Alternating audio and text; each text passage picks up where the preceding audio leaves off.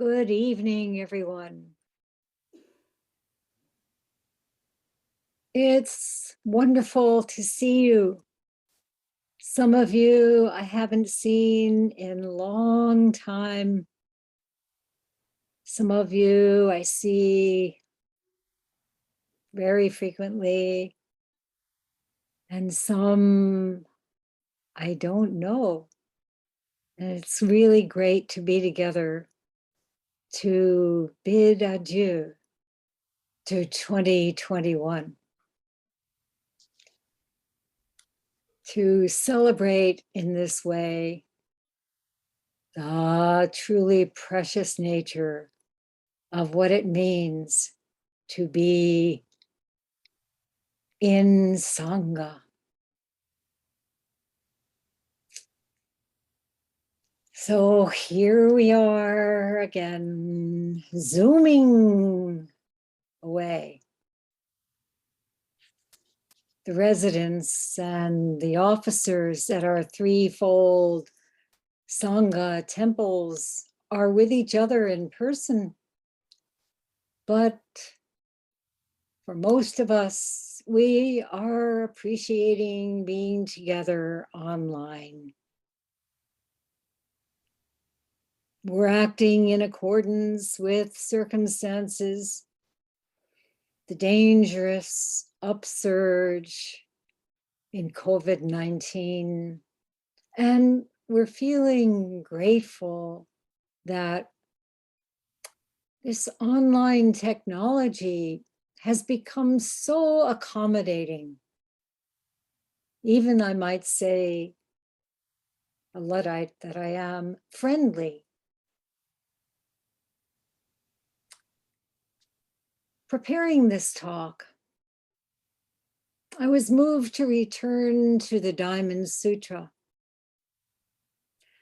which is really my guiding light. Short as it is, 32 brief chapters, this text seems to convey exactly what I need to hear when I need to hear it.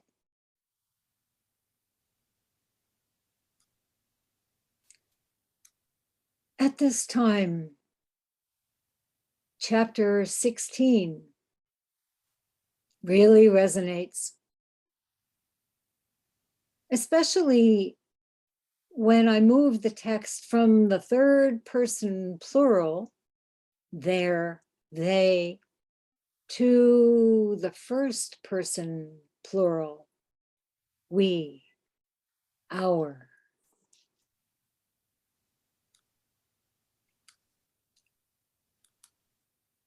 Let me read it to you.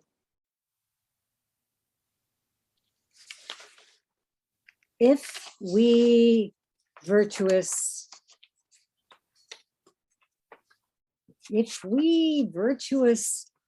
men and women who receive this teaching are downtrodden, our unfortunate destiny is the inevitable result of karma committed in our past mortal lives.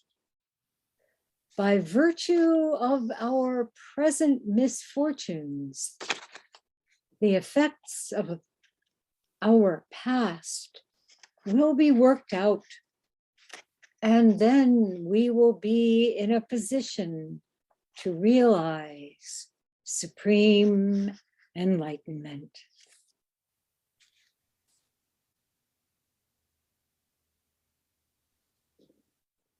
Shakyamuni Buddha may have given this teaching some 2,500 years ago, yet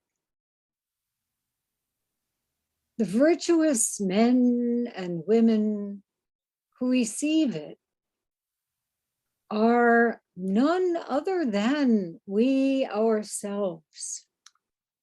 Buddhist practitioners living in the first quarter of the 21st century in the Common Era, scattered all over the world, tuning in from different time zones, but right here now, as 2021 ticks to an end. We may not think of ourselves as virtuous, but every time we refrain from expressing irritation, every time we restrain ourselves from consuming more than we need and ask ourselves, what do we really need? Every time we offer Dharma nourishment and material sustenance to one another, our minds grow in virtue.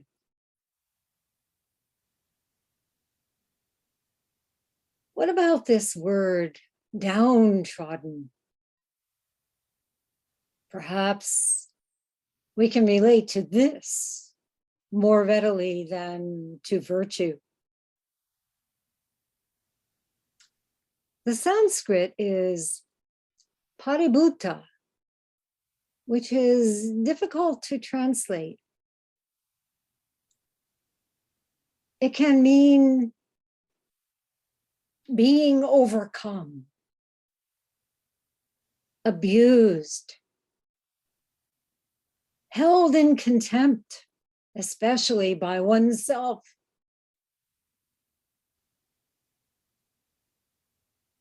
Many have said they feel overwhelmed,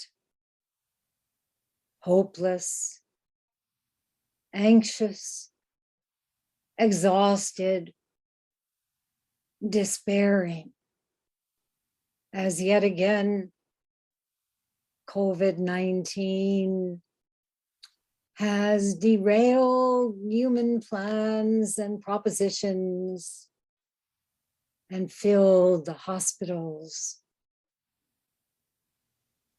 As the current surge continues, a great number of those on the front lines, doctors, nurses, aides, orderlies,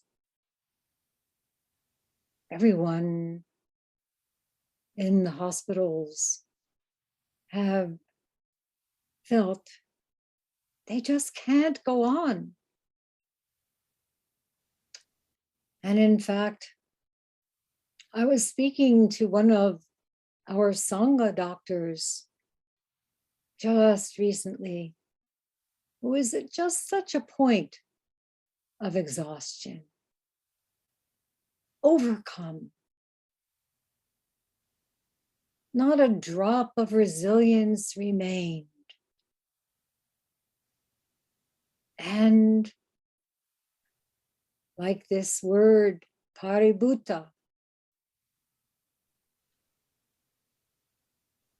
he despised himself for not being able to meet his own expectations.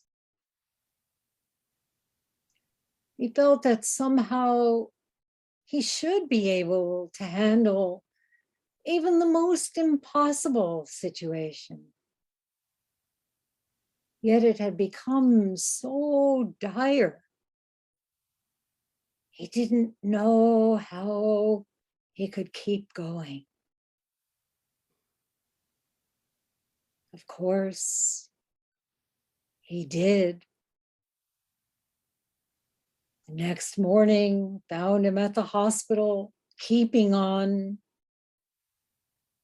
but with a new kind of trust in Kanzeon. something we can all feel as we chant it later this evening. It's not just a mantra, but a full-on transformation. And in this person's case, it's no longer a matter of his limited capacity as a human being doing a physician's work, but becoming the open channel for Kanzeon with all her 1,000 arms and eyes. That is the unlimited power of compassion working through him, through each one of us when we get out of the way.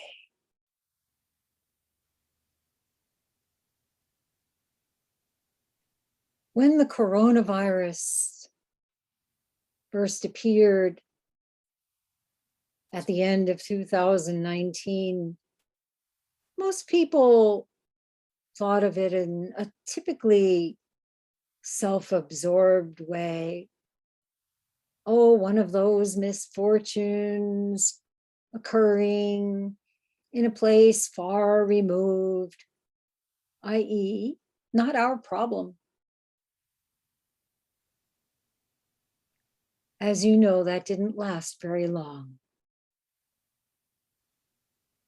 And during each of these past 2 years of affliction or paribhuta, still there has been an undercurrent of myopic thinking. You hear it all the time. Once this is over, we'll take up our lives again as usual. But what caused this pandemic is exactly that usual.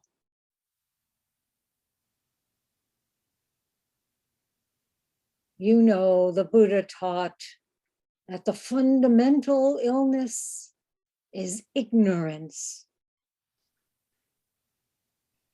Humans have used and abused the planet, ignored its plight, and through endless commodification and consumption have brought us to this point.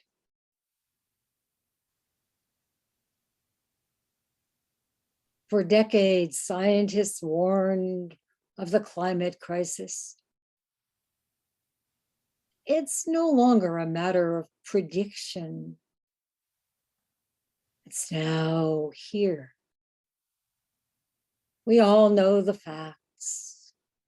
Extreme storms, severe cold, disastrous heat waves, floods, wildfires, species extinction.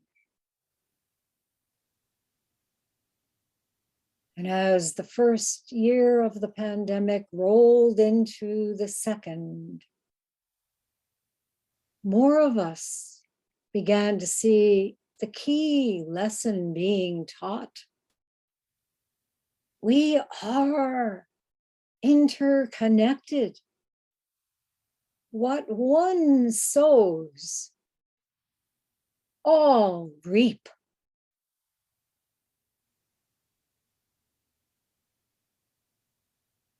So the coronavirus is a symptom that's hard to ignore. It's our new reality. And there's nowhere to go to avoid it. Our default mode is aversion, seeking distractions, running away. How is that working out?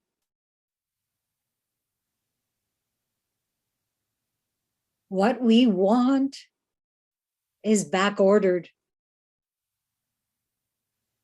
And there's no safe place on the planet. Wherever humans go, the virus goes. And it's ever changing physical and mental manifestations. Our unfortunate destiny is the inevitable result of karma committed in our past mortal lives. To own up to this requires not belief in reincarnation, but humility, courage, and honesty. We may not believe in past lives, but what about yesterday? What about last year? Or for some of us, many decades during which our thoughts, words, and deeds were perhaps less than honorable, less than beneficial. When we examine our lives on this very simple daily basis, we can see how these things play out.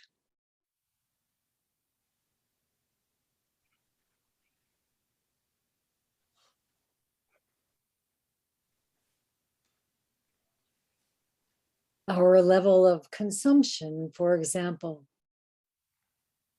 it affects everyone. So, very simply, can we use less and appreciate more? Can we give away what we don't need and examine what we feel about neediness and how we've filled that perceived lack?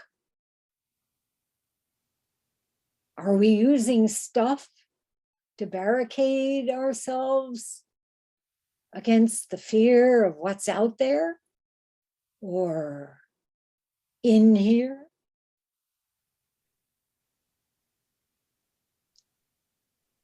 And how do we talk to each other? We know reactivity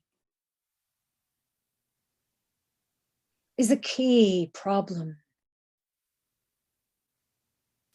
So is the certainty that we're right, that we deserve to have our own way. Privilege is very subtle, and it usually goes undercover. Can we ask ourselves what the underlying message is that we're sending out in between the words, the lines?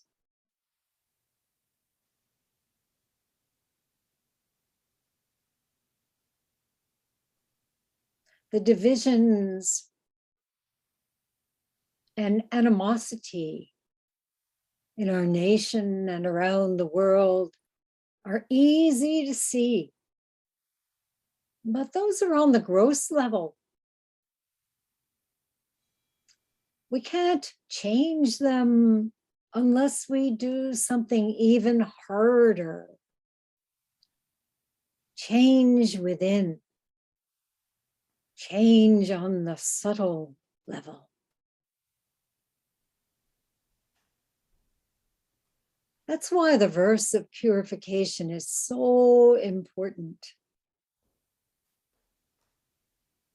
New Year's Eve is a particularly powerful time to take stock, to review, and resolve to change our minds from the illusory bubble of separate selfhood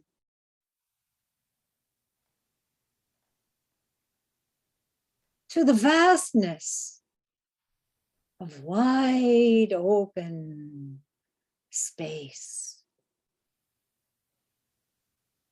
Shunyata. What we see,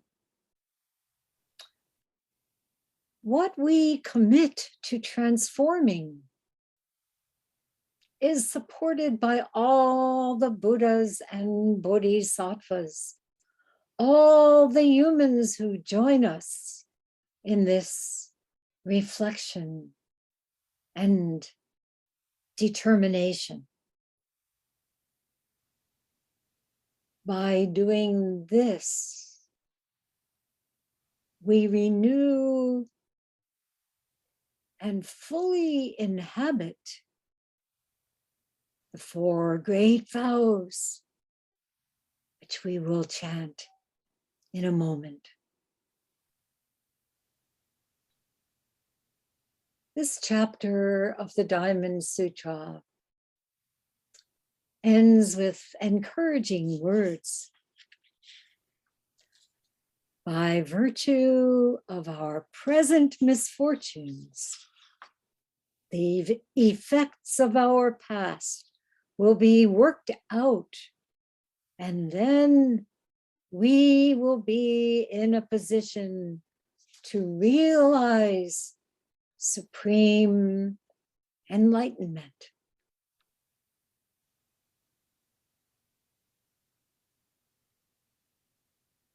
It reminds us that it's right here within our present circumstances,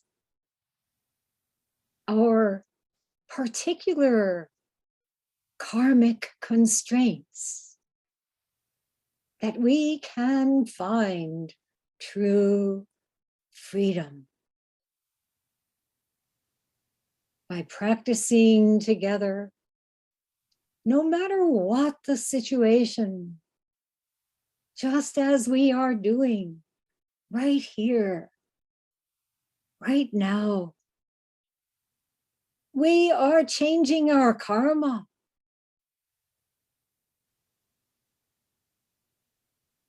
The effects of our past are being worked out right in this very moment.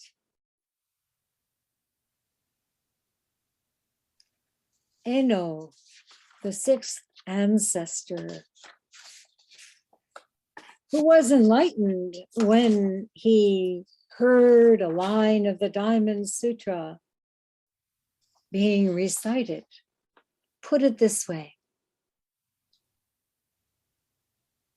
your past lives are simply the deluded mind of your previous thoughts. And your present life is simply the enlightened mind of your subsequent thoughts. Use the enlightened mind of your subsequent thoughts, to reject the deluded mind of your previous thoughts, so that delusions have nowhere to cling. Did you get that? Use the enlightened mind of your subsequent thoughts to reject the deluded mind of your previous thoughts. In other words, don't get stuck there. Let it go. What comes next? Enlightened mind. Nothing is blocking it. Can you feel this? Eno continued.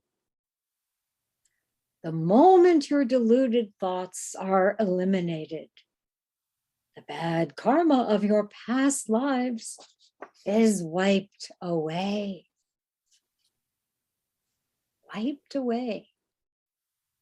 By virtue of our present misfortunes, the effects of our past will be worked out.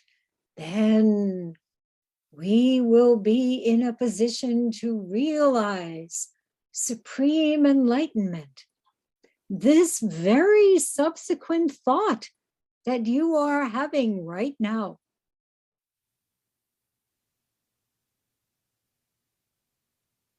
Well, I rest my case.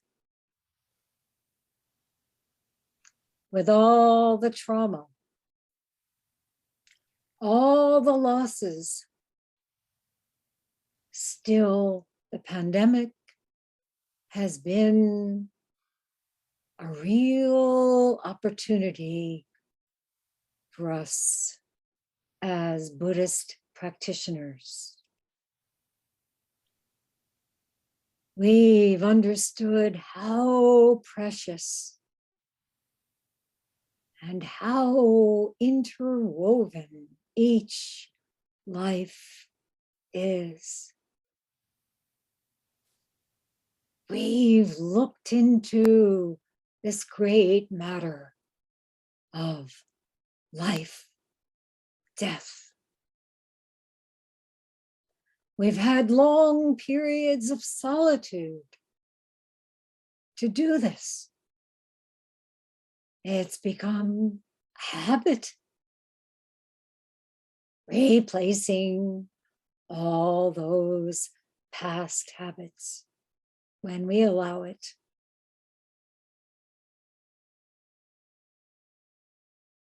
We've been able to do session in person during the past year, as well as online, including just recently, one of the most life-changing Rohatsu sessions anyone can remember.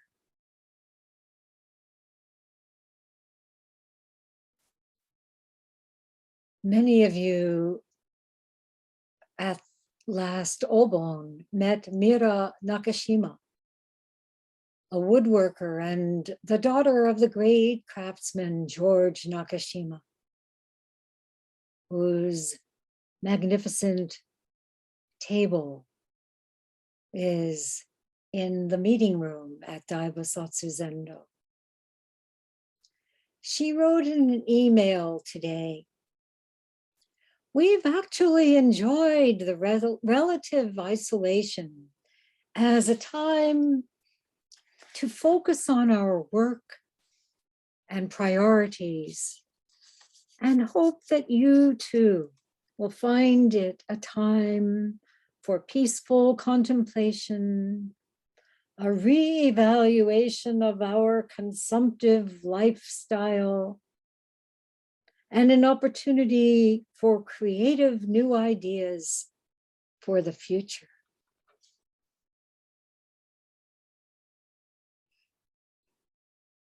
So it's not a matter of hoping that things get better, that the pandemic disappears and things go back to so-called normal. No,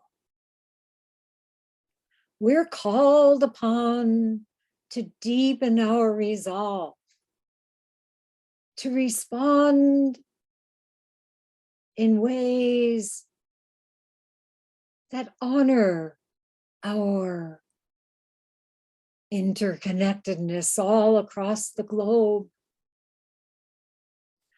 We've got to put everything into it, everything we've got. No holding back. So, sharing this extraordinary work,